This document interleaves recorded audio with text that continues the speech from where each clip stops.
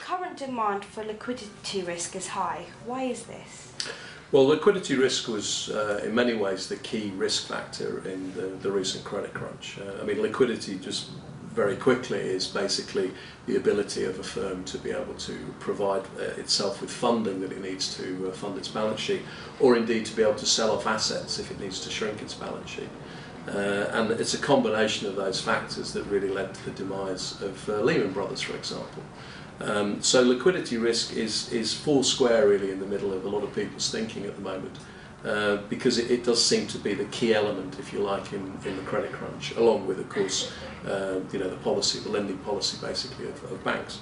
So a lot of people are putting a lot of time and effort into understanding what liquidity risk is, and also how it occurs within their own organisations.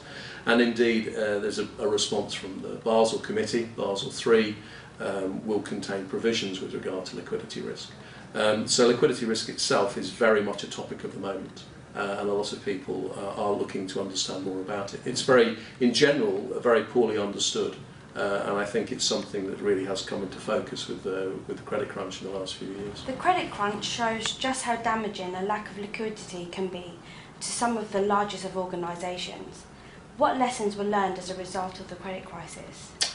I think the lessons are still being learned as we go forward, but certainly I think for firms like Lehman Brothers, for example, liquidity really was a key factor in their demise.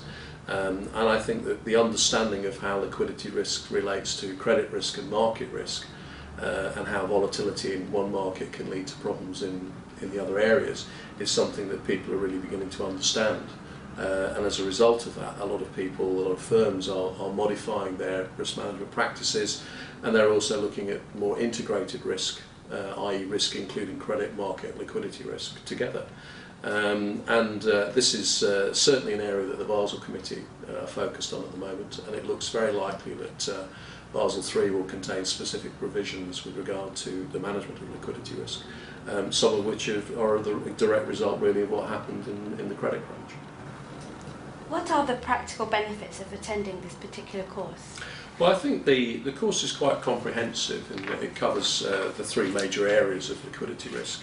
And I think for someone coming to this course, will give them a good understanding of what risk is, what liquidity risk is in particular in those three different areas, and how to measure it, and more importantly, how to manage it. As we look at any kind of risk management cycle, it's about identifying risk, measuring and managing risk. So this course is specifically designed to pick up on those three factors. So it equips people who come to this course with the tools basically to apply the knowledge and techniques that they learn in their own firm. And ultimately that should lead to a safer, better managed firm, which has benefits both from the point of view of the security of the firm, the happiness of their regulators, but also return on capital for the firm itself, because a well-risk managed firm basically is a profitable firm. So I think there are direct practical benefits for coming on this course.